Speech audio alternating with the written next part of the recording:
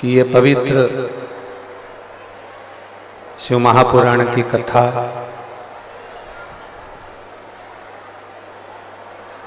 रेवाड़ी के इस पवित्र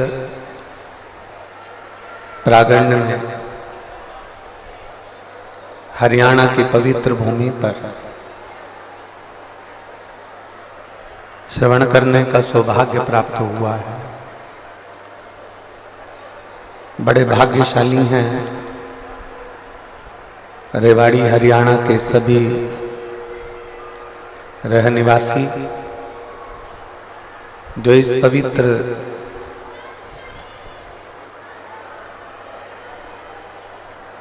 शिव महापुराण की कथा को श्रवण करने के लिए विराजमान है। बक्सों की आवाज खोलिए, बक्सों की, स्पीकरों की आवाज खोलिए।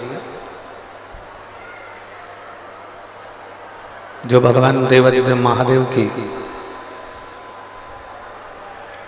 पवित्र शिव महापुराण की कथा को श्रवण करने के लिए विराजमान है।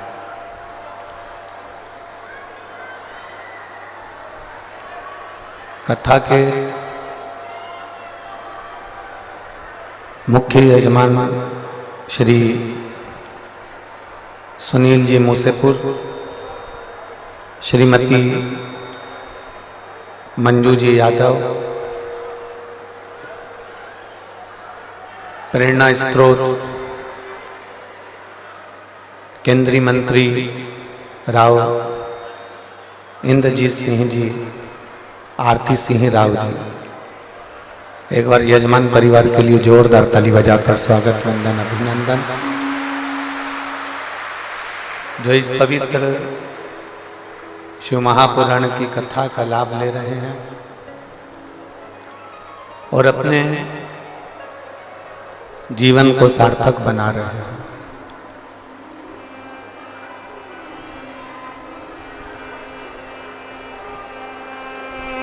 ये एक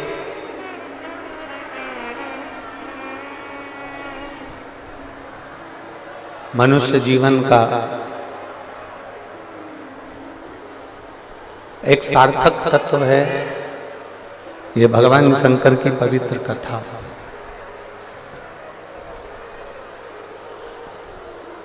यदि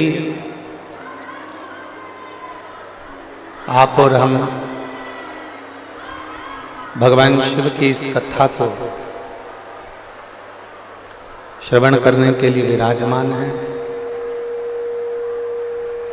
भगवान शंकर की इस पवित्र कथा को यदि आप और हम सुन रहे हैं, तो ये कहीं ना कहीं भगवान शिव की ही कृपा है, उनकी उदारता। कल कथा में एक बात कही थी कि भगवान शंकर के स्वरूप में और भगवान शंकर के शिवलिंग में, भगवान शंकर के स्वरूप में और भगवान शंकर के शिवलिंग में, दोनों में एक बहुत बड़ा अंतर है। दोनों में अंतर है। आवाज नहीं है यहां पर भी। भगवान शंकर के शिवलिंग में और भगवान शंकर के स्वरूप में, दोनों में अंतर है। कल कथा में कहा था कि जितना बल भगवान शंकर के स्वरूप में है, उससे 1000 गुना ज्यादा बल भगवान शंकर के शिवलिंग में है।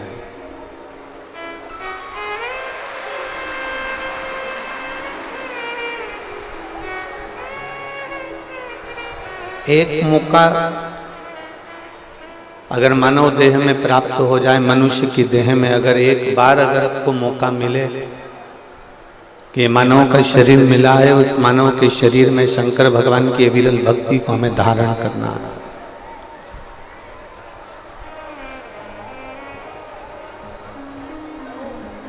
तो ये प्रयास करिएगा किस मानव के शरीर से भगवान शंकर के शिवलिंग की आराधना हो।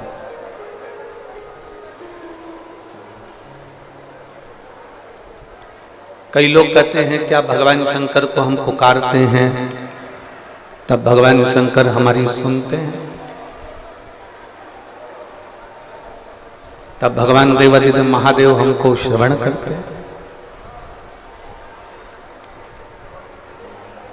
शिव कथा कहती है, भगवान शंकर का संवाद कहता है, शिव महापुराण का चरित्र कहता है।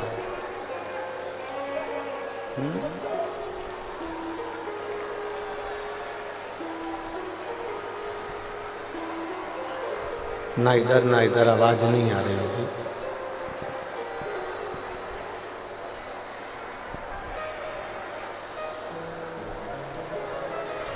ये मानव का जो शरीर है, मानव का जो चरित्र है, एक बार यदि ये मनुष्य का शरीर मिला है, मानव की देह मिली है, मानव का जीवन मिला है, तो इस मानव की देह में, इस मानव के शरीर में एक बार भी यदि हम भगवान शंकर की अविरल भक्ति को प्राप्त कर लेते हैं, भगवान शंकर की अविरल भक्ति को हम कर लेते हैं, तो शिव महापुराण की कथा कहती है कि मानव का दूसरी बार फिर पृथ्वी पर जन्म नहीं होता, ये भगवान शंकर के कैलाश धाम पर जाकर विराजमान हो जाता है।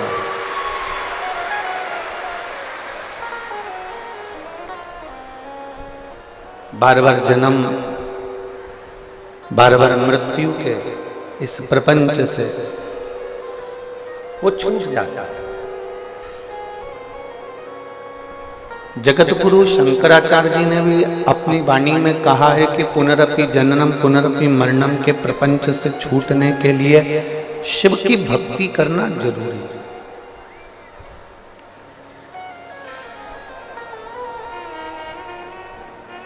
बिना शंकर की भक्ति के जन्म और मरण के प्रपंच से हम लोग छूट नहीं सकते।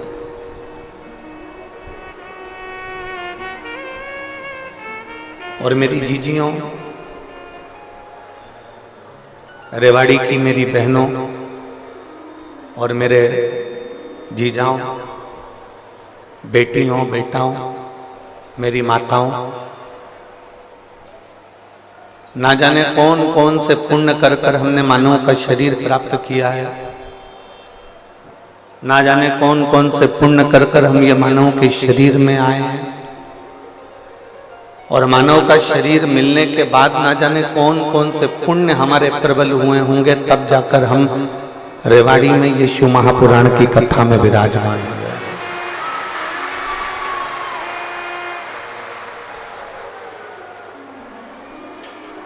कोई पुण्य आपका होगा, कोई पुण्य श्री सुनील जी मूसेपुर जी का होगा, उनकी धर्म पत्नी मंजू जी का होगा, उनके बेटा बेटी का होगा, उनके माता पिता का होगा। कोई पुण्य आपका और हमारा होगा, कुछ पुण्य यजमान परिवार का होगा। जिस पुण्य की प्रबलता से ये रेवाड़ी में 5 दिवसीय शिव महापुराण की कथा श्रवण करने का सौभाग्य मिला।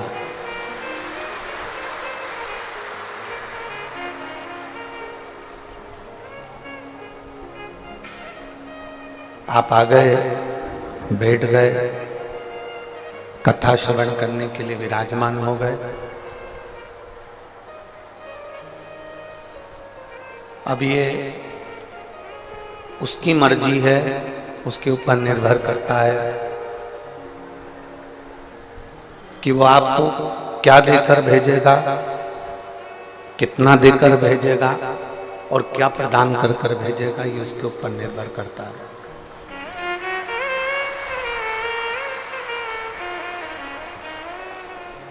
ये आपके और हमारे ऊपर निर्भर नहीं है, ये उस परमात्मा के ऊपर निर्भर है। और तेरी कृपा बिना न हिले एक भी अणु, लेते हैं श्वास तेरी कृपा से तनु तनु।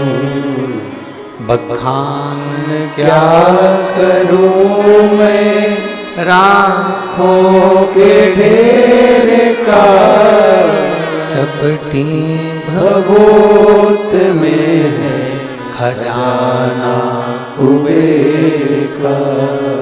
है गंगाधार मुक्ति द्वार ओमकार तू, बोले ओमकार तू। आर्यो शक्तिधारी शंभु तार तार तू। ये उसकी मर्जी है, उसका मन है, उसके ऊपर निर्भर है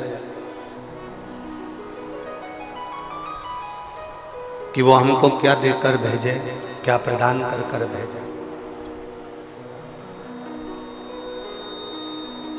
हमारा काम है केवल भगवान को पुकारना।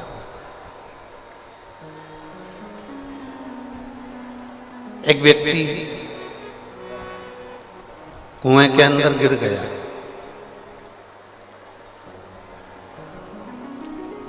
अब आसपास की जो दीवारें बड़ी चिकनी हो चुकी है, क्योंकि उसमें कई लगे।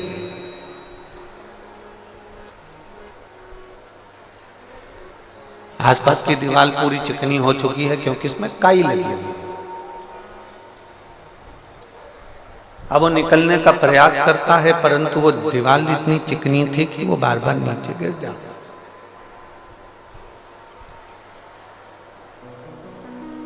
फिर थोड़ा सा ऊपर चढ़ने का प्रयास करता है, फिर नीचे गिर जाता। अब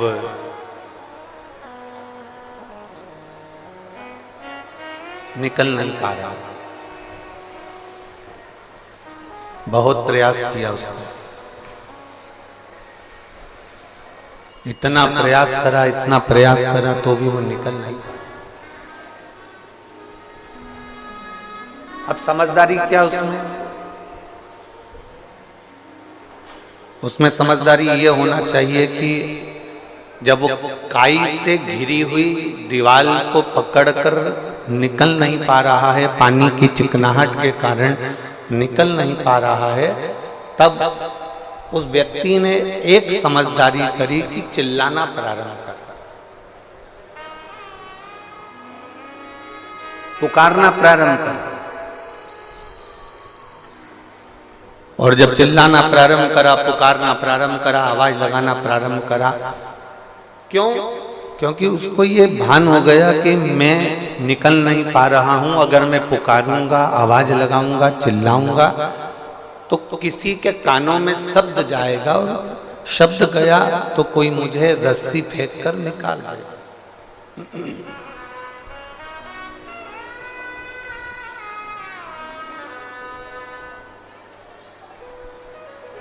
यदि मैं पुकारूंगा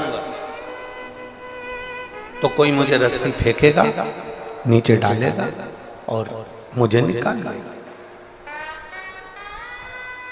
अब उसने जम जम कर चिल्लाना प्रारंभ करा, पुकारना प्रारंभ करा, आवाज लगाना प्रारंभ करा।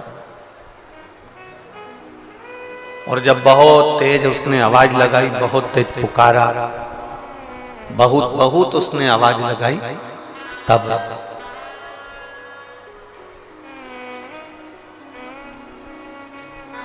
जैसे ही उसने पुकारना प्रारंभ करा, जैसे ही उसने बुलाना प्रारंभ करा, आवाज लगाना प्रारंभ करी, कोई पथिक जा रहा था,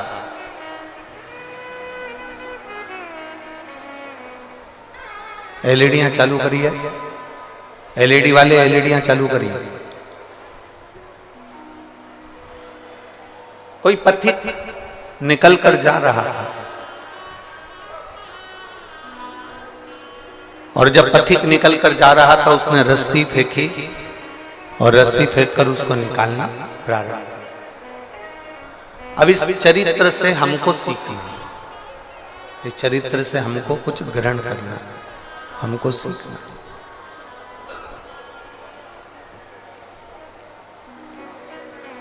हम भी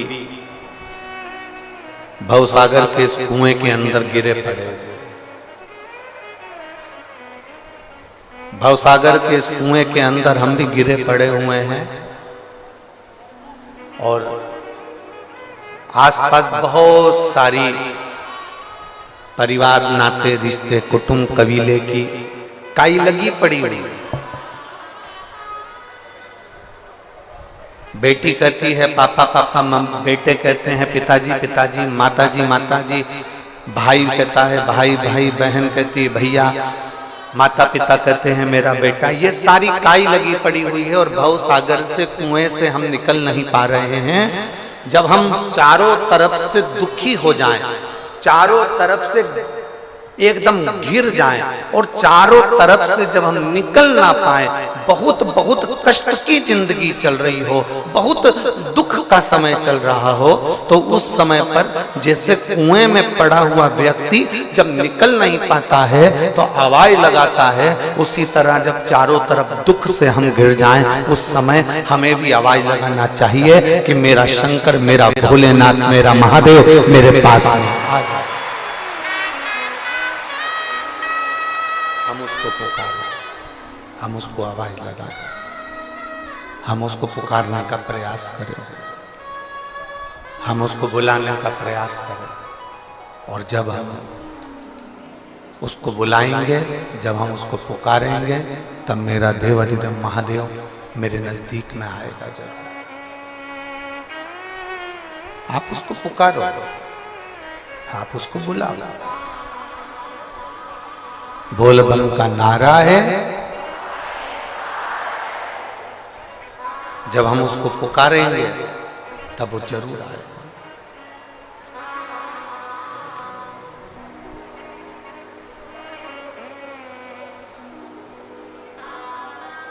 उसको पुकारने के लिए आपको कोई दिखावे की जरूरत नहीं है। शिव महापुराण की कथा कहती है उसको पुकारने के लिए केवल तुमको एक निर्मल मन, निर्मल सोच, निर्मल बुद्धि, निर्मल चित्त चाहिए। वो तुम्हारे सम्मुख में होगा। जैसे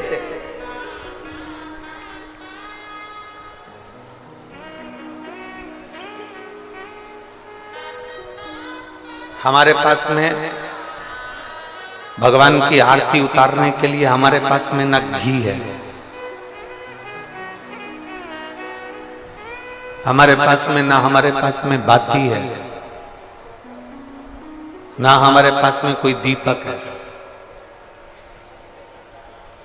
आप लोगों में से पशुपति व्रत किस किसने करे हैं? जरा हाथ उठाइए। करे हैं सबने? रखो रखो। पशुपति व्रत करे होंगे तो आप लोगों के स्मरण में होगा कि हमने पहले पशुपति व्रत में एक उपाय आप लोगों के, पशुपति व्रत करने वालों के नियम का हमने वर्णन किया।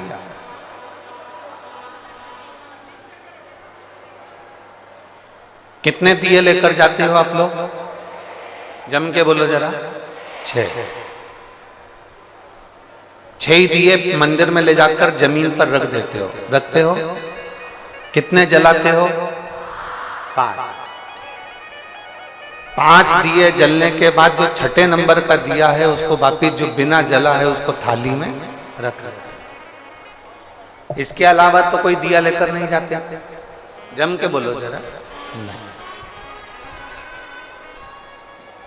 अब कोई ऐसा समझदार व्यक्ति ऐसा होता है कि वो क्या करता है कि इन्हीं 5 दिए को उठा लेता है और उससे भगवान शंकर की आरती उतार देता है। कोई ऐसा रहता है कि वो 6 दिए के अलावा 1 दिया या 1 बाती अलग से लेकर जाता है जो भगवान शंकर की आरती उतार देता है।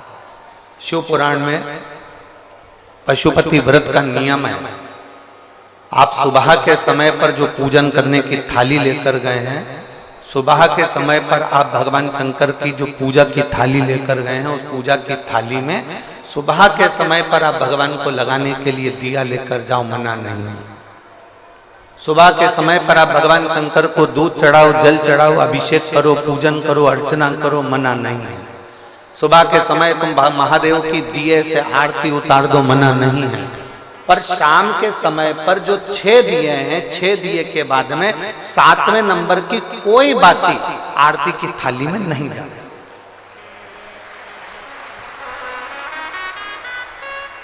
कोई बाती एक्स्ट्रा नहीं जाएगी कि आप पूजन करिए और पूजन करने के बाद आपने भगवान की आरती उतार दी ना। शिव महापुराण में तो यहाँ तक नियम है कि आप जो प्रसाद बनाते हो ना, जो आप खीर बनाए या आपने सीरा बनाया, हलवा बनाया, मीठा चावल बनाया, या आपने मीठा सीरा बना लिया, खीर बना ली, कोई सामग्री मीठी बना ली, तो शिव महापुराण तो यहाँ तक कहती है कि आपने जितना सामान कढ़ाई में बनाया है, आपने जितना सामान अपनी कढ़ाई के अंदर बनाया है, उतना सामान पूरा की पूरा ही आपको मंदिर लेकर जाना है। घर के अंदर आदत छोड़ना नहीं है।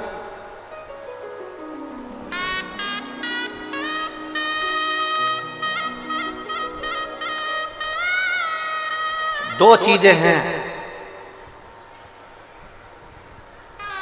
जो चलित में किसी को दी नहीं जाता। दो चीज, आरती शिव महापुराण की कथा आप लोग सुन रहे हैं, बड़े ध्यान लगाकर सुनना। दो चीजें हैं जो चलित में किसी को दी नहीं जाती। एक, अपने घर का तवा, तवा जानते हो, जिस पर रोटी बनाते हो। कोरा तवा है, उस पर आपने कभी रोटी नहीं बनाई है तो आप किसी को दे सकते हो, मना नहीं। और यदि जिस तवे पर घर के अंदर रोटी बन चुकी है, जिस तवे पर रोटी उतर चुकी है, उस घर के तवे को किसी को नहीं दिया जाता। क्यों? क्योंकि घर में जो बच्चे हैं वो बीमार की बीमार बने ही रहते हैं, वो कभी स्वस्थ नहीं हो सकते, कभी नहीं हो सकते। अगर एक बच्चा बीमार है तो दूसरा ठीक होगा, दूसरा बीमार है तो तीसरा ठीक होगा, तीसरा है तो चौथा बीमार पड़ेगा, ये निश्चित। दो चीजें चलित में किसी को नहीं दी जाती, एक तवा, दूसरे नंबर की कढ़ाई। घर में जो कढ़ाई होती है जिसमें आप सब्जी बना ली है, कोई सामग्री तल ली आपने, पूड़ी बना ली, कोई सब्जी बना ली, कोई हलवा बना लिया, सीरा बना लिया, कोई पदार्थ बना लिया। कोरी कढ़ाई है ना, आपकी मर्जी पड़े उसको दे दो, चले। कोरी कढ़ाई है ना, आप किसी को भी दे सकते हो। पर जिस कढ़ाई में आपने भोजन का निर्माण कर लिया है, जिस कढ़ाई में आपने कभी भी एक बार भी अगर कुछ बना लिया है, तो वो किसी को गिफ्ट में या किसी को दान में या किसी को दी नहीं जाती। नहीं तो उस घर के अंदर 1 रुपया कमाओ, 1.25 रुपये खर्च वाला काम चलता है। घर में कभी पैसा टिक ही नहीं सकता, वो जिंदगी भर कितना भी प्रयास है, वो अपने जीवन में कितना भी प्रयास कर ले, घर में पैसा नहीं टिकेगा। वो भले कुबेर का खजाना लेकर आ जाए, चाहे वो दुनिया का भंडार भर कर ले जाए, पैसा आएगा जाएगा, घर के अंदर टिक नहीं पाएगा। दो चीजें चलित में दी नहीं जाती। आपको बोलना है कौन कौन सी चीजें हैं। पहले नंबर की तवा, दूसरे नंबर की, हमारे यहाँ ये दो चीजें दी नहीं जाती, हम इसको देते नहीं। देना नहीं। हाँ, यदि वो कोरी है, उसमें ना रोटी बनाई गई है, ना उसमें कोई सामग्री बनाई गई है, अगर वो कोरी है तो आप दे दो। पर यदि एक बार भी अगर वो प्रयोग में आई है तो वो नहीं, उसको देते नहीं, उसको दिया नहीं जाता। शिव पुराण भगवान शंकर का पावन चरित्र कह रहा है। पशुपति व्रत करने वाली माताओं के चित्त वृत्ति में ये बात बैठना चाहिए, चाहे भाई पशुपति व्रत कर रहे हों, बेटे कर रहे हों, माताएं कर रही हों, बच्चे कर रहे हों, उनके बुद्धि में ये बात बैठना चाहिए कि सुबह के समय जाकर आप भगवान की पूजन करो, अर्चना करो, आरती करो, मना नहीं है, पर शाम के समय पर 6 दिए के सिवाय एक बत्ती भी मंदिर के अंदर थाली के अंदर रखकर नहीं जाती आरती उतारने के लिए। अगर तुम्हें आरती उतारना है तो साथ में छोटा सा कपूर का टुकड़ा अपनी आरती की थाली में लेकर चले जाओ, पर बाती और दिया नहीं जाए, बाती और दिया नहीं जाए। वैसे तो आप लोग लेकर नहीं गए हो, मुझे विश्वास है कि आप लोग लेकर नहीं गए, और लेकर गए भी होगे तो उसका फल आपको फिर प्राप्त नहीं हुआ होगा, तो आप लोगों ने दूसरों से कहा होगा हमने तो करा पर हमें फल नहीं मिला। उसका कारण केवल इतना है कि आप उसका फल प्राप्त नहीं कर रहे।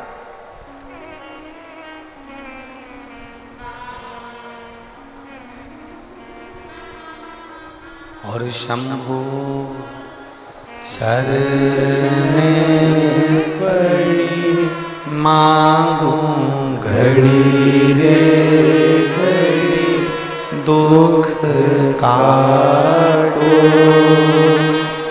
दया करी दर्शन आपो। शंभु शरण पड़ी मांगू घड़ी रे घड़ी, दुख काटो दया करी दर्शन आपो। पशुपति व्रत के अंदर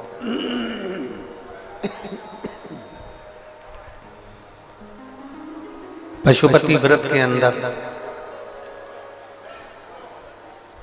शाम के समय पर जब भगवान की आप आवाज गूंज रही है, सब दूर आवाज रिटर्न आ रही है, गला पकड़कर बोलना पड़ रहा है, उसको मिठास डालिए।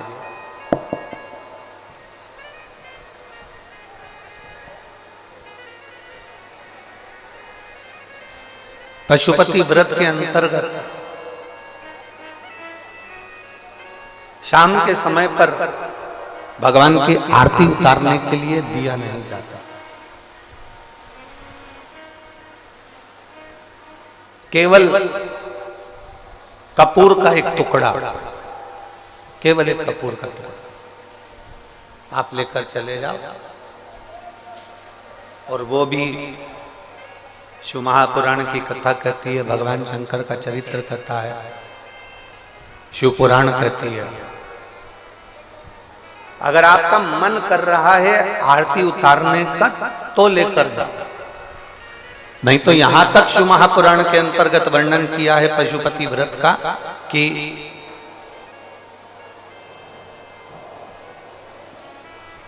एक बेलपत्री को हाथ के अंदर लेकर अपने हृदय से उसका स्मरण कर कर शंकर भगवान को अर्ध घुमाकर, कैसा घुमाना है? अर्ध। अर्ध मतलब शिव जी को पूरा घुमा भी नहीं रहे हो, कितना घुमा रहे हो? केवल अर्ध, केवल अर्ध।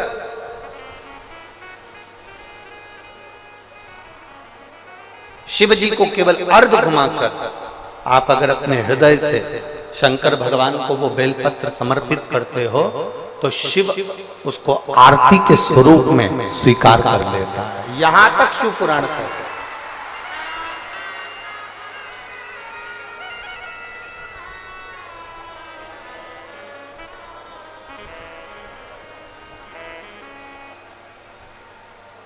घर में कितनी बार आरती करते हो आप लोग? जम के बोलो जरा, जम के। 2 बार, एक सुबह एक शाम। एक सुबह के समय आरती करते हो और एक शाम के समय आरती करते हो, 2 बार आरती केवल।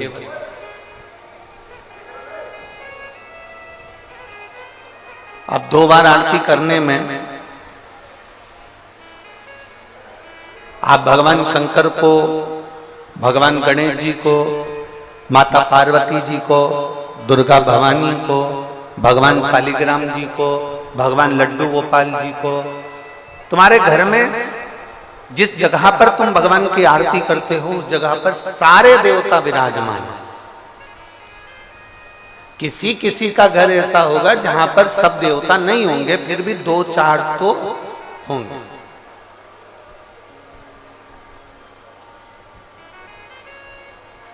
फिर भी 2-4 तो होंगे।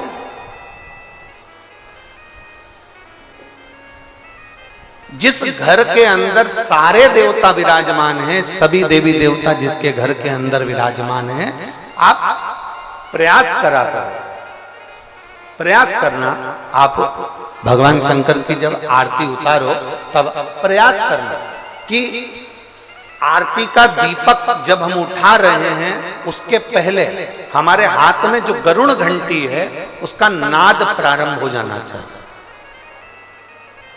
गरुड़ घंटी का नाद प्रारंभ हो जाता है, उसके बाद आरती का दीपक जब उठता है। घर के अंदर की बात है, बाहर मंदिर की हम बात नहीं कर रहे हैं, हम घर के अंदर की बात कर रहे हैं। जब घर में सारे देवता जहां पर विराजमान हो, देवी भी है, देवता भी है, कुल देवता भी हैं, पितर देवता भी हैं, ये देवता भी हैं, वो देवता भी हैं, सारे देवी देवता जब वहां विराजमान हैं, तब उस जगह पर आपको एक क्रम करना है कि घंटी का नाद पहले करना।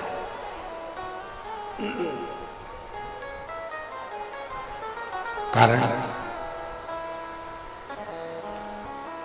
अगर किसी मंदिर के अंदर केवल एक देवता है, किसी मंदिर के अंदर केवल एक देवता है, तो आप डायरेक्ट आरती उठाइए, घंटी बजाइए और चालू हो जाइए। पर घर के अंदर अगर सारे देवता विराजमान हैं, गणेश जी बैठे हैं, देवी जी बैठी है, पितृदेव बैठे हैं, गरुण देव बैठे हैं, वरुण देव बैठे हैं, सारे देवता देवी देवता उस मंदिर के अंदर बैठे हैं, तो आपको पहले गरुड़ की घंटी का नाद करना चाहिए। उसका कारण ये होता है कि जितने देवी देवता हैं, घंटी की आवाज सुनते से ही उन देवताओं की दृष्टि हमारे ऊपर पड़ जाती है, और हम जब दीप उठाते हैं, आरती निहारना प्रारंभ करते हैं, तो देवता हमको वर प्रदान करना प्रारंभ कर देते हैं।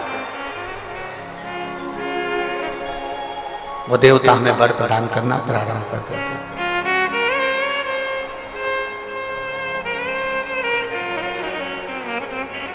शिव कथा कर रहे हैं, भगवान शंकर का चरित्र करा, भगवान शंकर का संवाद करा, शिव महापुराण का चरित्र करा।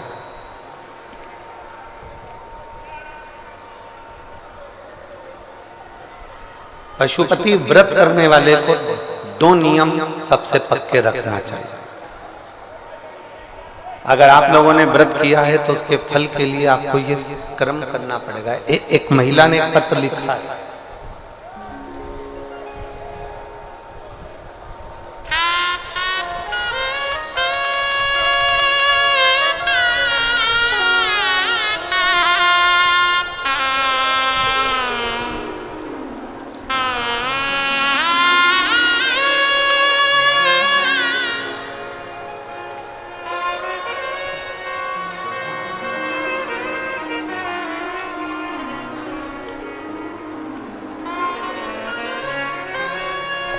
मैं लता गिरी, धर्मपत्नी धर्मेंद्र गिरी, उत्तम नगर, नई दिल्ली।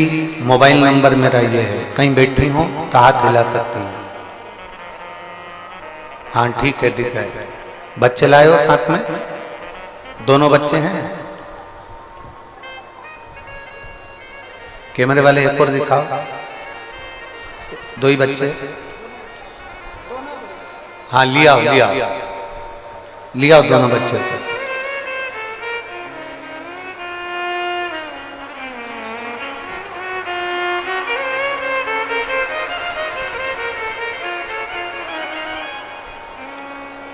मैं लता गिरी, धर्मपत्नी धर्मेंद्र गिरी, उत्तम नगर, नई दिल्ली।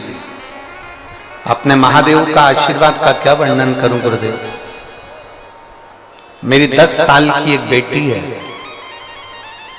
10 साल के बाद मुझे कोई संतान नहीं हुई। मैंने डॉक्टरों का इलाज भी करवाया, पर मुझे संतान का सुख नहीं मिला।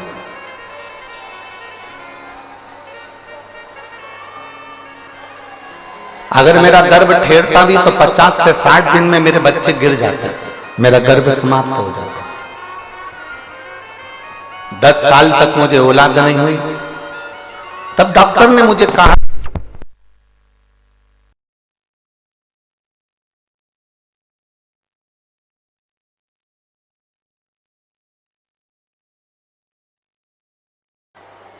पंडाल में बैठकर जो मांगा जाता है वो बाबा देता जरूर है। उसी समय पर आपका 2022 का रुद्राक्ष महोत्सव हो रहा था, हम उसमें चले गए और हमने वहां पर कंकर शंकर की पूजन करी, एक रुद्राक्ष लिया। वहां से आने के बाद हमने सफेद आंकड़े की जड़ का प्रयोग किया, पशुपतिनाथ का व्रत किया। एक व्रत करने पर हमें उसका फल नहीं मिला, हो सकता है हमारी पूजन में कोई कमी रह गई हो। फिर हमने दूसरी बार व्रत किया और जैसा जैसा आपने व्रत में बताया था वो हमने किया। आज बाबा की कृपा, दुनिया के लोग ताना मारते थे कि 10 साल की बेटी हो गई, अब क्या संतान होगी, क्या औलाद होगी। मेरे गर्भ से क्या मुझे बेटा नहीं हो सकता, पुत्र नहीं हो सकता? गुरुदेव आपने कहा है कोई व्रत करो, आराधना करो, पर बाबा के भरोसे करो। और बाबा कभी भी खाली नहीं रखता, देता है तो छप्पर फाड़ कर देता है। और मेरे बाबा ने ऐसी कृपा कर दी गुरुदेव, मैंने 4 बार सफेद आंकड़े की जड़ का प्रयोग करा। 4 बार प्रयोग करने पर भी मेरा गर्भ नहीं ठहरा, पर आपके वचन कभी झूठे नहीं हो सकते, इसलिए मैंने 5वीं बार फिर जड़ बांधा। और 5वीं बार जड़ बांधी तो बाबा की ऐसी कृपा हुई कि मेरे गर्भ से 2 बेटों ने जन्म लिया। मेरे गर्भ से 2 पुत्रों ने जन्म लिया। मैं दोनों को यहां लेकर आई हूं। बाबा को प्रणाम करें।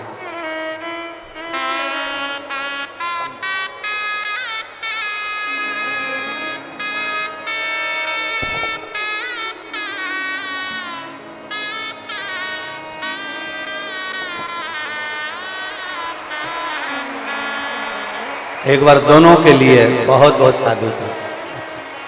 शंभु शरण पड़ी मांगू घड़ी रे घड़ी, दुख काटो दया करी दर्शन आपो।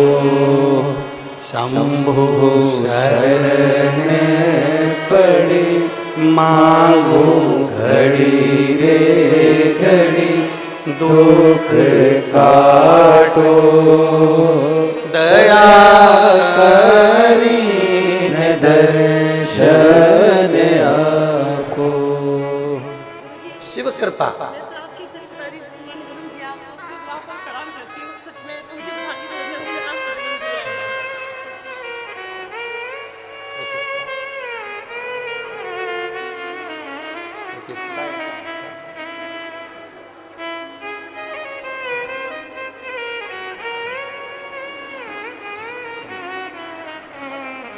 अरे लुटा दिया प्यार काशी वाले ने, कर दिया माला मार काशी वाले ने। एक निवेदन करना चाहते हैं, आप लोग अगर स्वीकार करेंगे तो 15 से 20 मिनट कथा रोकी गई लाइट की प्रॉब्लम के कारण। भले आस्था चैनल पर भले 4 बजे कथा कट हो जाए, पर हमारा मन है कि 20 मिनट कथा पीछे तक चलती रहे। आप लोगों का अगर मन होगा तो अपन इस कथा को अपना समय कवर करेंगे। जो हमको बाबा ने जो समय दिया है उसको हम पूरा आप तक पहुंचाएं, ये प्रयास करें। 4 बजे कथा अगर आस्था चैनल पर कट हो जाती है तो हमारे YouTube चैनल पर, हमारे Facebook चैनल पर ये कथा चलती रहेगी 20 मिनट पीछे तक, ठीक है? अगर मान लो कथा टीवी पर देखने वालों की कट हो जाए तो वो यूट्यूब चैनल फेसबुक पर भी देख सकते। आस्था चैनल वालों से भी निवेदन है, जितना ज्यादा दिखा सकते हो प्रयास करिएगा। शिव तत्व है, भगवान शंकर की परम आनंदता। मेरी जीजियों, जैसे घर की खिड़की मजबूत होती है, घर का दरवाजा मजबूत होता है। खिड़की क्यों मजबूत रखी कि कोई अंदर प्रवेश ना करे। दरवाजा क्यों मजबूत रखा कि कोई अंदर प्रवेश ना करे। खिड़की मजबूत रखी जिससे कोई अंदर प्रवेश ना करे, दरवाजा मजबूत रखा जिससे कोई अंदर प्रवेश ना करे। उसी तरह शिव महापुराण की कथा कहती है, कथा सुन सुनकर अपने मन और दिल को भी इतना मजबूत कर लो कि शंकर की निंदा तुम्हारे कानों में प्रवेश ना करे। निष्फलता तुम्हारे भीतर ना है। तुम हार नहीं सकते कभी जिंदगी में। ये कभी विचार न करिएगा कि मैं बहुत थक चुका हूं, मैं बहुत हार चुका हूं, मैं बहुत कमजोर हो चुका हूं, मैं बहुत परेशान हो चुका हूं। ना, निष्फलता तुम्हारे भीतर प्रवेश नहीं। अगर शंकर की कथा आप सुन रहे हो ना, शिव महापुराण की कथा यदि आप श्रवण कर रहे हो, तो भीतर से इतने मजबूत हो जाना कि तुम्हारे अंदर कोई ये विकार ना आए कि मैं अब कुछ नहीं कर सकता, मैं आगे नहीं बढ़ सकता, या मुझे इतना बड़ा रोग हो गया, बीमारी हो गई, अब मैं ठीक नहीं हो सकता। यदि तुम्हारी दृढ़ता पक्की है, तुम्हारा भरोसा पक्का है, तो ऐसी कोई नौकरी नहीं है जो तुम्हें नहीं मिल सकती है, और ऐसी कोई बीमारी नहीं जिसे तुम हरा नहीं सकते।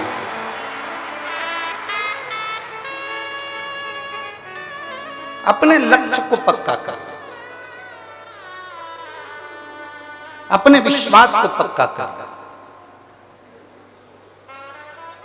आज कोई कह रहा था कि गुरुजी ये बताइए कि भगवान शंकर के मंदिर की सीढ़ी चढ़ने का फल क्या है, मंदिर में जाने का फल क्या है, मंदिर की चौखट पर जाने का फल क्या है, मंदिर की सीढ़ियां चढ़ने का क्या फल है, शिवालय में जाने का क्या फल है। शिव महापुराण की कथा कहती है कि भगवान शंकर के शिवालय की जितनी सीढ़ियां चढ़ते हैं, जितने कदम चलकर हम भगवान शंकर की कथा तक पहुंचते हैं, जितने कदम चलकर हम भगवान के मंदिर तक पहुंचते हैं, जितने कदम चलकर हम शिवालय तक पहुंचते हैं, जितने कदम चलकर हम भगवान शंकर की पवित्र कथा तक पहुंचते हैं, शिव कथा कहती है उतने उतने मार्ग मेरा भोलेनाथ तुम्हारे लिए खोलता चले जाता है और आपको आगे निकालता चले जाता है।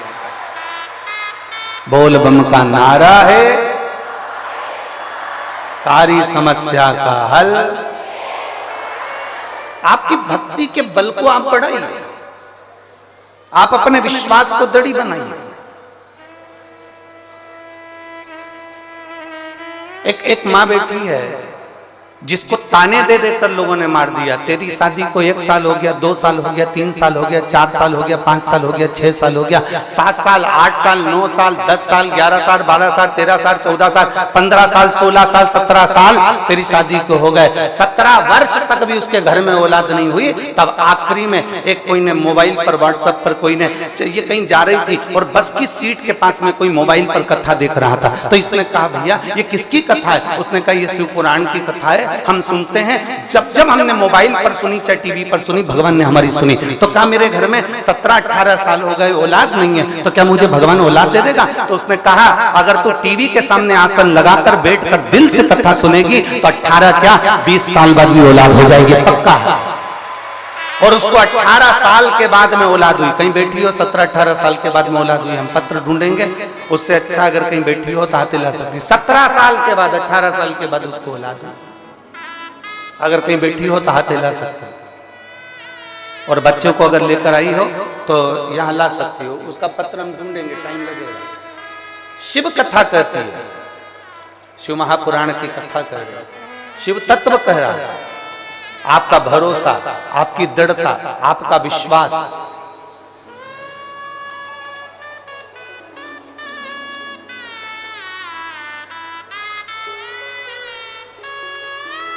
पूनम, ग्राम बेरी, जिला महेंद्रगढ़ की रहने वाली हूं। कहीं बैठी हैं, हाथ हिला सकती हैं। पूनम, ग्राम बेरी, जिला महेंद्रगढ़ की रहने वाली। मेरी शादी को 17 साल निकल गए थे पर संतान का सुख नहीं था। बस में कहीं जा रही थी और जाते जाते कोई के मोबाइल पर आपकी कथा सुनी और उसने कह दिया कि कथा आसन लगाकर सुनना, मेरा बाबा तेरी झोली भर देगा। बाबा की मैं क्या गुणगान करूं।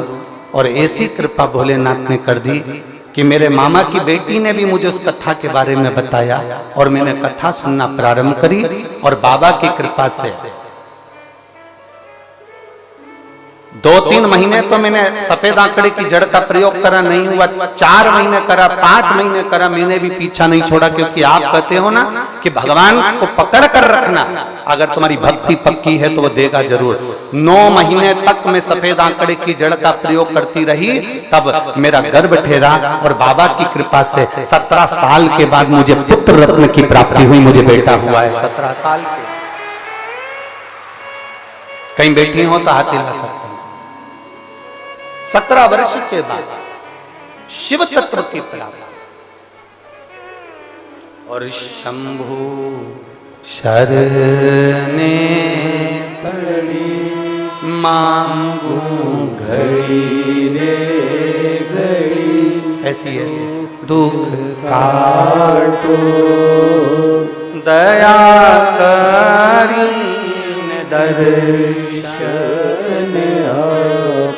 आप शिव तत्व को जितना भजोगे, भगवान शंकर की कथा को जितना अपने भीतर उतारोगे, शिव भक्ति को जितना अपने अंदर उतारने का प्रयास करोगे, मेरा देवाधिदेव महादेव उतनी कृपा करना प्रारंभ करेगा। शिव तत्व शंभु ओघड़ी है। मेरी रेवाड़ी की जीजियों, मेरे रेवाड़ी के जीजाओं, मेरी बेटियों, बेटाओं, मेरी माताओं, अपने भीतर एक विश्वास को दड़ी बनाकर रखना। जितने यहां कथा में बैठे हो ना, एक विश्वास को पक्का रखकर बैठना। इसमें अलवर के, और अभी कथा बातचीत थी हरियाणा में तारा बाबा की कुटिया में, सिरसा का। इन पूरे पत्रों में सबसे ज्यादा पत्र अलवर के, सिरसा के, नोएडा, दिल्ली में जो कथा बातचीत थी स्कूल में, उसके पत्र हैं। इन पत्रों में लिखा कि हमने वहां के पंडाल में बैठकर कथा सुनी थी और मेरे बाबा ने मेरी झोली भर दी।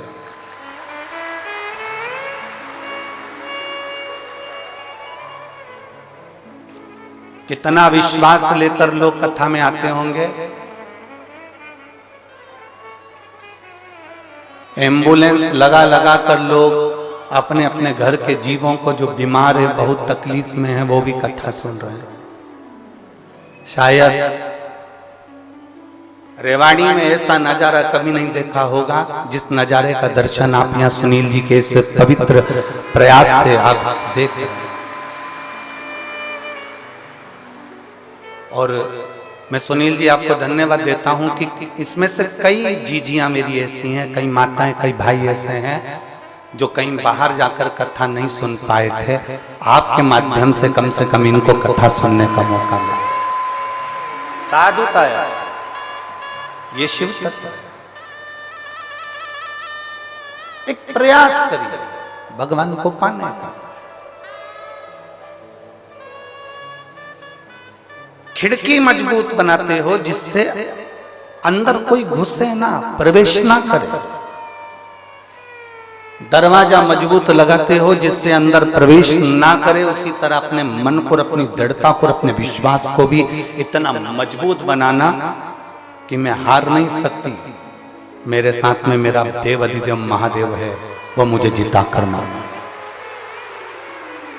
मैं हारूंगी नहीं।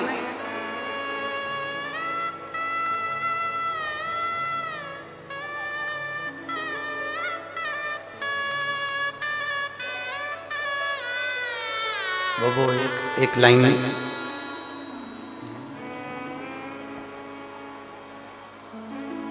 रिश्ता तेरा मेरा सबसे है प्यारा, रिश्ता तेरा मेरा सबसे है प्यारा, रिश्ता तेरा मेरा सबसे है प्यारा, रिश्ता तेरा आप भी बोलिए। मेरा सबसे है प्यारा, तू मेरा बाबा मैं हूँ तेरा लाला, मैं हूँ तेरा लाला, तू मेरा बाबा मैं हूँ तेरा लाला, मैं हूँ तेरा लाला, तू मेरा बाबा मैं हूँ तेरा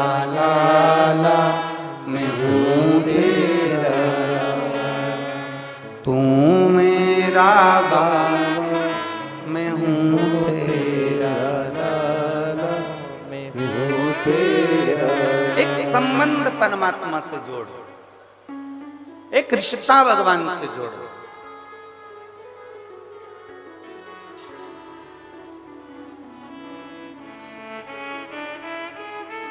इन पत्र में एक पत्र एक बहन ने लिखा है, जिसमें उसने लिखा कि मैं इतनी कर्जे में डूब गई, इतनी कर्जे में डूब गई कि ना मेरे पास खाने को था ना पहनने को था, ना खाने को है ना पहनने को। उस बहन ने परंतु लिखा कि आज बाबा ने मुझे सब कुछ दे दिया, सब कुछ। मेरा मकान चले गया, काम धंधा बिजनेस सब चले गया, बहुत दुनिया के धक्के खा लिए। ऐसा कोई दरवाजा नहीं था जिस दरवाजे पर जाकर मैं रोई नहीं होंगी।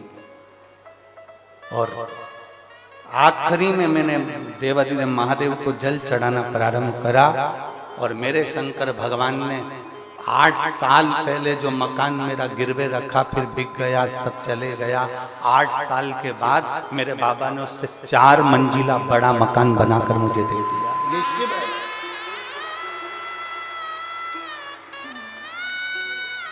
उसने अपने मकान का फोटो तक लगाया।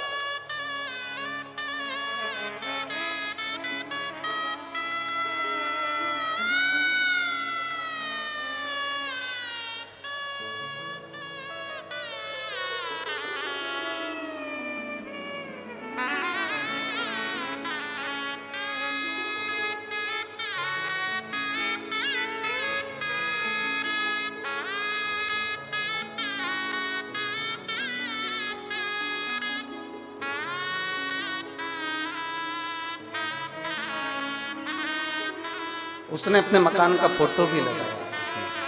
शिव तत्व ऐसा, उसको जानना जरूरी है।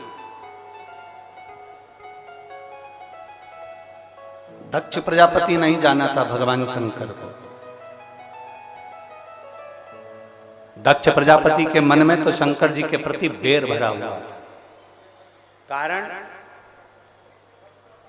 एक बेटी रति कामदेव के साथ ब्याही थी।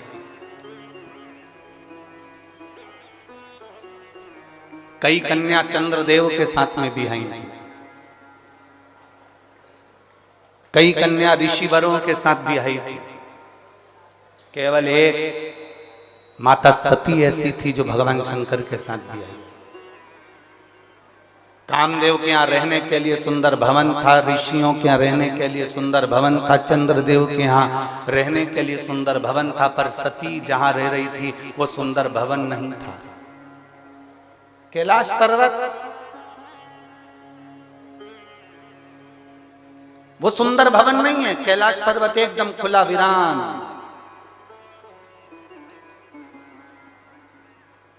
रह रही है मां सती।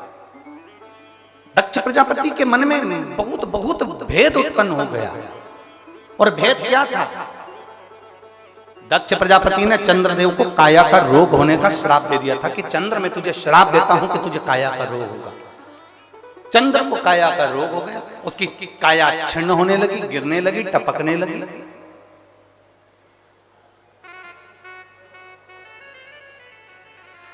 जब काया का रोग हो गया चंद्रदेव को, चंद्र बड़ा दुखी हो गया। अब मैं करूं तो करूं क्या, क्या करूं? बीमारी और भिखारी इनको बुलाना नहीं पड़ता, ना बीमारी को बुलाना पड़ता है ना भिखारी को बुलाना पड़ता है, ये अपने आप आता है। बीमारी भी अपने आप आती है और भिखारी भी अपने आप आता है। आप थोड़ी देर के लिए गाड़ी चौराहे पे खड़ी कर लो, भिखारी आ जाए। आप थोड़ी देर कहीं जाकर खड़े हो जाओ, भिखारी आपके सामने आ जाएंगे। आपने उसको हाथ देकर नहीं बुलाया, भिखारी को इशारा कर कर नहीं बुलाया, भिखारी को झाला देकर नहीं बुलाया, भिखारी को पत्र देकर नहीं बुलाया। भिखारी और बीमारी ये दोनों बिना बुलाए आते हैं। बीमारी को भी बुलाया नहीं जाता कि मेरा सिर दुखना, मेरा पेट दुखना, मेरे हाथ पैर दुखना, ये बीमारी को बुलाया नहीं जाता।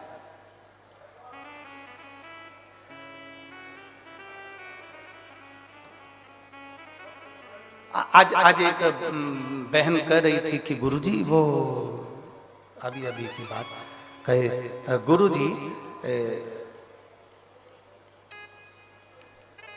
सिर की गोली अलग होती है, पेड़ दुखने की गोली अलग होती है, पेट दुखने की गोली अलग होती है, थायराइड की गोली अलग होती है, बीपी शुगर की गोली अलग होती है, और आप तो कहते हो सारी समस्या का हल एक लोटा जल। सबकी गोली अलग है और आपने एक ही गोली कर दी।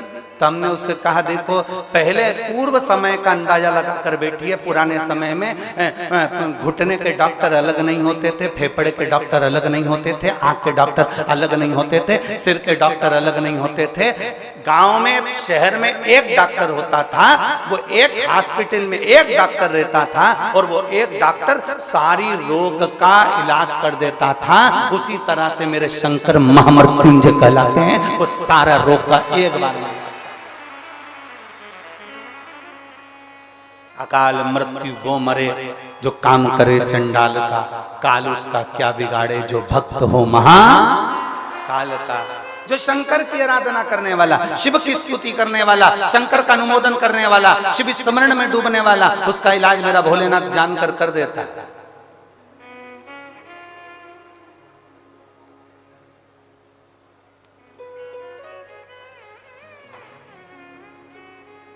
सिर की गोली खाते हो, सिर बंद होता है कि नहीं होता? जम के तो बोलो, होता है ना। पेट की गोली खाते हो, पेट बंद होता है कि नहीं होता? जम के बोलो, होता है ना। नेत्र की गोली खाते हो, नेत्र की तकलीफ दूर होती है ना। तो गोली को कैसे मालूम कि सिर में ही फिट होना? उस पे सील ठप्पा देकर तो नहीं भेजा गया कि तू कहीं इधर उधर मत जाना। पेट की गोली है तो पेट पे ही इफेक्ट करना, सिर की गोली है तो सिर पर ही इफेक्ट करना। आप गोली को कैसे मालूम होता है कि पैर दुखने की है तो पैर पर असर करेगी, हाथ दुखने की है तो हाथ पर असर करेगी, किडनी की है तो किडनी पर असर करेगी, लीवर की है तो लीवर पर असर करेगी, थायराइड की है तो थायराइड पर असर करेगी, और सिर दर्द की है तो सिर दर्द पर असर करेगी। गोली को खाया जाता है, वो पेट में जाती है और जिस चीज में तकलीफ होती है वहां वो असर करना प्रारंभ करती है।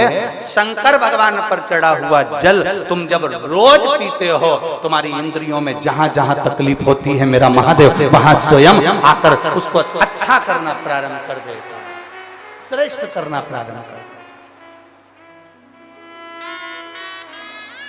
है। यहां अपन लोग स्तुति गाते हैं, भोला दुख काटो। इस स्तुति में हमने कभी ये नहीं कहा कि बाबा मेरा सिर दुख रहा, कि पांव दुख रहा, कि हाथ दुख रहा। हमने एक ही बात कही, भोला सब दुख काटो ओ भोला सब दुख काटो। शिव शंकर जपो तेरी माला, भोले बाबा जपो तेरी माला, भोला सब दुख काटो ओ भोला सब दुख का हमने स्तुति में गाया, बाबा मेरा सब दुख काट दीजिए, बाबा मेरी सब तकलीफें काट दीजिए। एक दुख नहीं जिंदगी में, ना जाने कितने दुख हैं, कितने दुख। सबकी अपनी अपनी तकलीफें हैं, सबका अपना अपना कष्ट है, सबकी अपनी अपनी बीमारियां हैं, सबका अपना अपना रोग है, सबका अपना।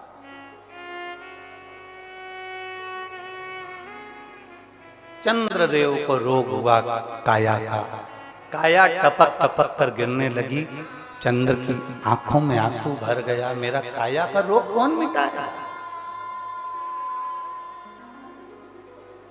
कौन? श्राप किसने दिया था? किसने श्राप दिया था चंद्र को? दक्ष प्रजापति, स्वयं के ससुर ने, स्वयं के ससुर ने श्राप दिया।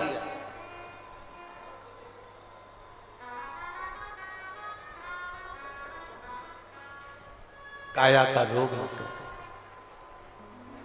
अब इसको मिटाएगा तो मिटाएगा कौन? कौन मिटाएगा? कौन मिटा सकता?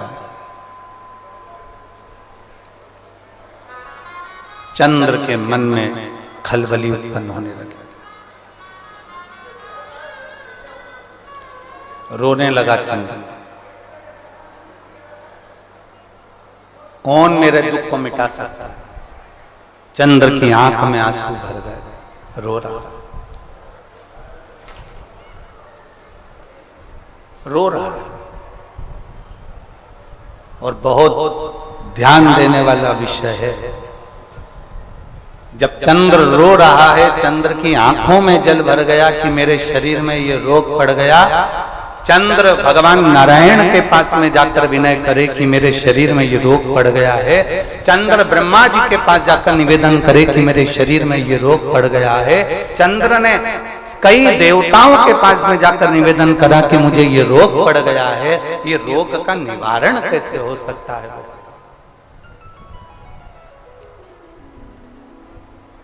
इस रोग का निवारण कैसे? इस रोग से मुक्ति कैसे?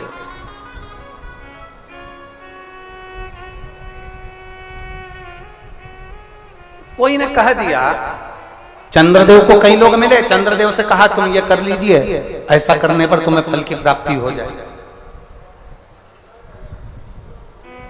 एक शीतल आरती होती है, मेरी जीजियों बड़े सावधानी से सुनिएगा। एक शीतल आरती होती है।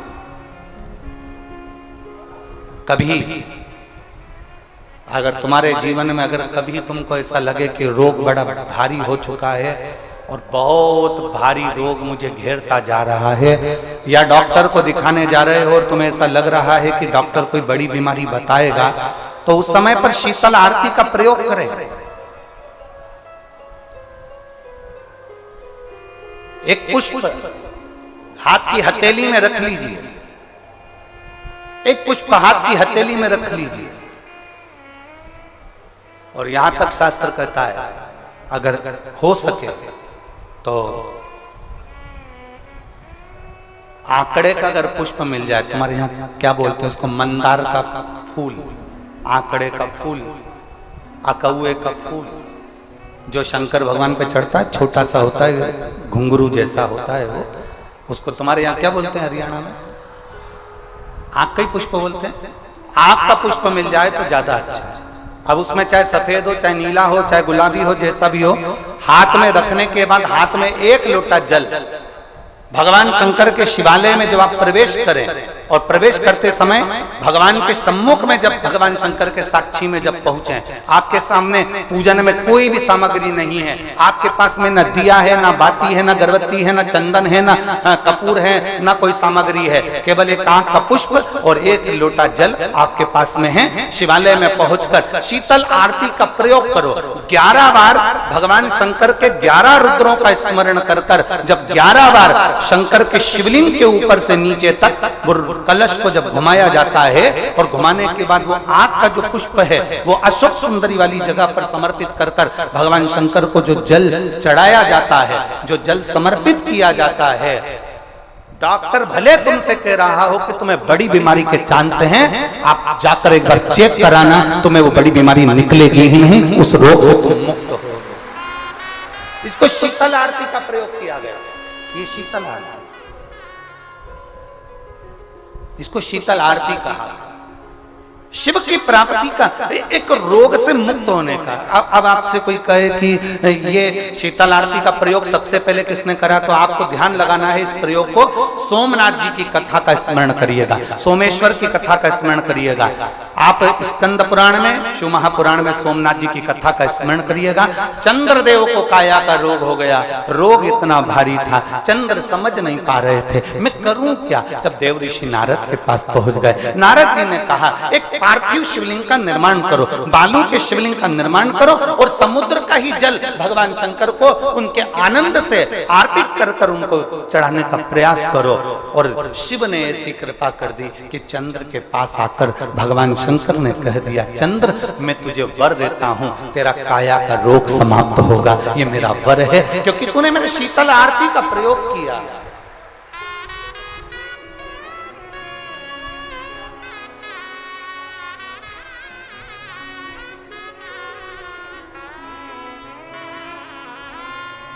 मेरी जीजियों, दो चीजें बड़ा स्मरण में रखिएगा। एक, बैसाख महीने में मट्टी के पात्र का जल, अभी अभी क्या चल रहा है, फागुन, अभी क्या चल रहा है, फागुन। जब बैसाख का महीना आए ना,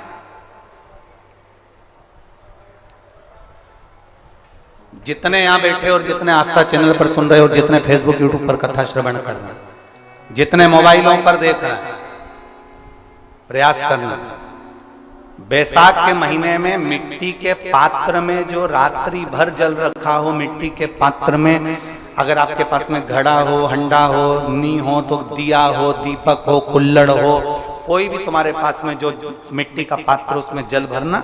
वो जल बैसाख के महीने की किसी भी सोमवार के दिन, किसी भी सोमवार के दिन, बैसाख महीने या किसी प्रदोष के दिन या बैसाख महीने के शिवरात्रि के दिन, वो मिट्टी के पात्र का जल अपने घर के प्रत्येक व्यक्ति का स्पर्श कराकर उस मिट्टी के पात्र के जल को तांबे के पात्र में डाल लीजिए और घर के प्रत्येक व्यक्ति का स्पर्श करा लीजिए और शंकर भगवान पर कुंदकेश्वर महादेव के नाम से समर्पित करिए। कुंदकेश्वर महादेव,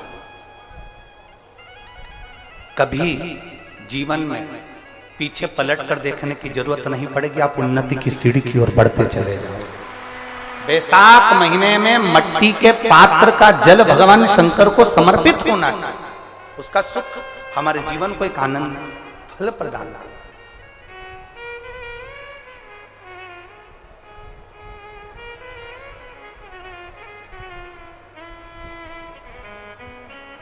जैसे कहते हैं ना, कोई अच्छा मिले ना मिले, धन मिलने से कोई भाग्यशाली नहीं होता, सत्ता मिलने से कोई भाग्यशाली नहीं होता, वैभव मिलने से कोई भाग्यशाली नहीं होता। महाराज,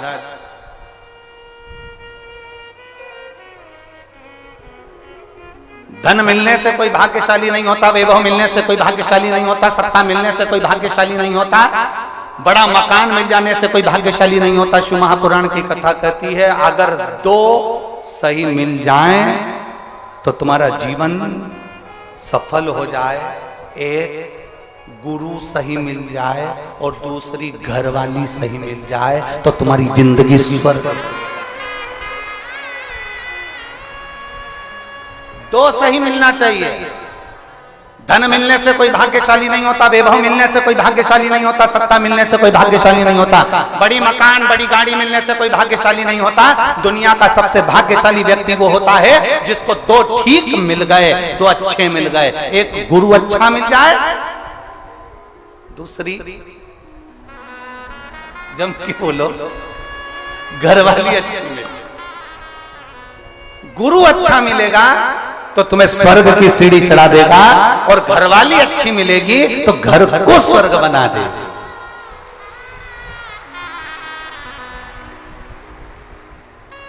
और इसमें से भी गुरु भले पीछे रह जा, पर जगदम्बा घरवाली भगवान से प्रार्थना करना ऐसी मिले जो मेरे अनुकूल हो, प्रतिकूल नहीं, अनुकूल। एक पति की पत्नी अनुकूल नहीं थी, प्रतिकूल थी। पति उससे कहता था आलू की सब्जी बना ले, वो बैंगन की बनाती थी। पति उससे कहता है तू पीली साड़ी पहनना, वो नीली पहनती थी। पति उससे कहता कि देख चाय बनाना, तो वो कॉफी बनाती थी। इतनी प्रतिकूल, अनुकूल थी नहीं, बिल्कुल उल्टा चलती थी, बिल्कुल उल्टा। एक दिन पति को बड़ा दुख हुआ और पति ने अपने गुरुजी से कहा, गुरुदेव 16 श्राद्ध का समय आ रहा है, श्राद्ध पक्ष आ रहा है, गुरुदेव मेरे पिताजी का श्राद्ध आ रहा है। मैं अपनी पत्नी को बोलता हूं पर वो श्राद्ध नहीं करने देती है क्योंकि उल्टा चलती है, मैं क्या करूं? गुरुजी ने कहा एक काम कर, अभी तक वो उल्टा चलती थी, अब की बार तू उल्टा चल। उसने कहा गुरुजी उल्टा कैसे चलूं? तो वो तुरंत गुरुजी ने कहा कि एक काम कर, तू ऐसा कर कि आज घर जाकर बोलना अपनी पत्नी से, सुनो पिताजी का श्राद्ध है पर अपन श्राद्ध नहीं करेंगे। अभी तक बोलती थी करेंगे, अब बोलना नहीं करेंगे। उसने कहा ठीक है ऐसा बोल दूंगा। और उसने जाकर तुरंत कहा सुनो पिताजी का श्राद्ध है, अपन नहीं करेंगे। पत्नी तुरंत चिल्ला के बोली क्यों नहीं करेंगे? तुम्हारा बाप तुम्हारा पिता और तुम ही उनका श्राद्ध भी कर रहे, जरूर करेंगे। अब पति ने मन में सोचा गुरुजी तो गुरुजी है, कितना बड़ा ज्ञान दे दिया भाई, कितना बड़ा। और गुरुजी ने कहा था जो जो तुझे करवाना है उसके लिए उल्टा चलना। इतने में इसने कहा सुनो श्राद्ध करेंगे तुम कह रही हो तो, पर पंडित को भोजन नहीं कराएंगे। इतने में पत्नी जूड़ा बांधती बांधती बोली क्यों नहीं कराएंगे? इतनी सारी प्रॉपर्टी का छाती पे बांध के ले जाओगे, 100 बामन को जिमाएंगे जा। पति ने सोचा आज तक एक नहीं जिमाया और आज 100 बामन जिमा रही है। पति ने कहा ब्राह्मण तो जिमा देंगे तेरे कहने पर दक्षिणा नहीं देंगे। कैसे नहीं दोगे? सबको सोने की अंगूठी देंगे। पति बड़ा प्रसन्न। अब पंडित जी आ गए, श्राद्ध करने लगे, पिंडदान बनाया, पिंड करवाया। पंडित जी ने कहा ये पिंड ले जाकर अच्छी गंगा जी की नदी में पानी में इसका विसर्जन करो। पत्नी ने पति से पूछा कहाँ जा रहे हो? पति तिल्ला कर बोला पिताजी के पिंड को नदी में विसर्जन करने जा रहा हूं। इतने में पत्नी चिल्ला कर बोली तुम्हारे बाप ने कौन सा अच्छा काम किया था जो नदी में विसर्जन करने जा रहा हो? गटर में पटक दो। अब यहां पर उसको उल्टा बोलना था कि पिंड को गटर में पटकने जा रहा हूं, तो पत्नी बोलती नदी में विसर्जन करो। अब इसने कहा नदी में विसर्जन करो, तो इसने गटर में पटकवा दिया। बड़ा दुखी हुआ, सारा करा धरा पे पानी फिर गया। गुरुजी के पास गया, गुरुदेव गुरुदेव कुछ तो करो कि मेरी पत्नी से मेरा पीछा छूट जाए। गुरुजी ने कहा ऐसे पीछा नहीं छूटने वाला, एक काम कर तू गंगा नहाने हरिद्वार चले। हरिद्वार चले जा तो इससे पत्नी से पीछा छूट जाएगा। क्यों नहीं छूटेगा? पत्नी से भी कह देना कि हरिद्वार जाने का मना करना उसको, तू मना करेगा तो वो जाएगी।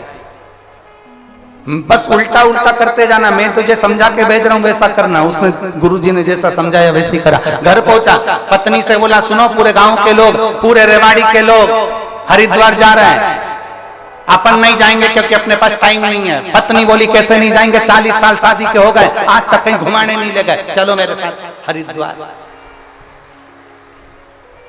पत्नी हरिद्वार ले गई पति को। अब गुरु जी ने कहा था गंगा जी में नहाने जाना, और पत्नी जब नहाने लगे तो पत्नी से कह देना ज्यादा आगे मत जा।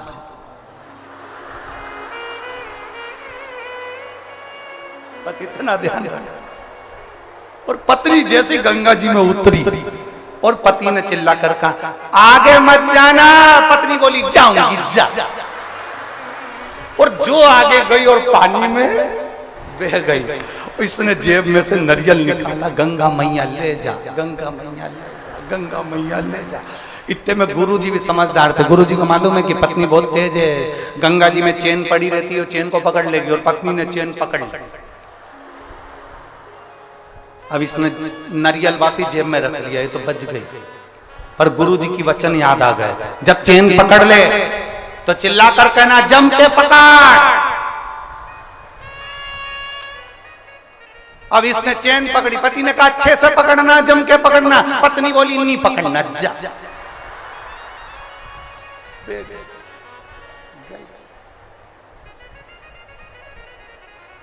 हरिद्वार में बही, बंगाल में निकली। कहीं कहीं की ऐसा हो उल्टी चलती है। तो यहाँ शास्त्र कह रहा है कि बहुत सारा धन होने से कोई भाग्यशाली नहीं होता, बहुत सारी सत्ता होने से कोई भाग्यशाली नहीं होता, बहुत सारा वैभव होने से कोई भाग्यशाली नहीं होता। शिव महापुराण की कथा कहती है गुरु और एक घर वाली अगर अच्छी मिल जाए तो समझ लो गुरु तुम्हें स्वर्ग की सीढ़ी चढ़ा देता है और घर वाली घर को स्वर्ग बना देती है। ऐसा प्रभु की प्रीत बड़ी है। चंद्र शीतल आरती चंद्र कर रहा है, शीतल। और कर्पूर गौरम करुणावतारम संसार सारम भुजगे। चंद्रदेव ने जो भगवान की आराधना करी, आराधना करते ही शंकर जी ने दर्शन दे दिया। दक्ष प्रजापति को क्रोध आ गया।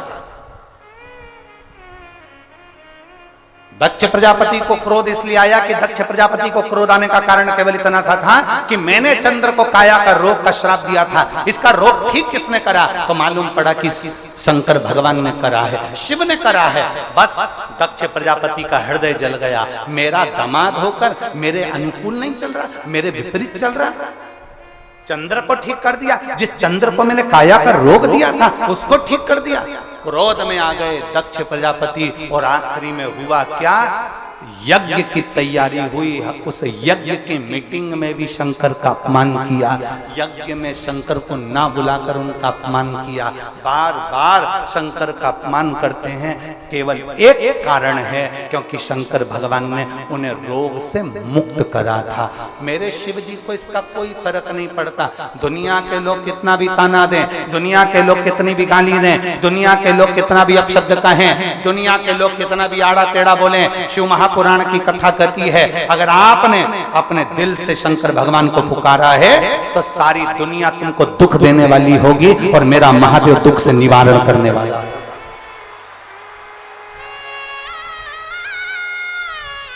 मेरा महादेव दुख से निवारण करने वाला।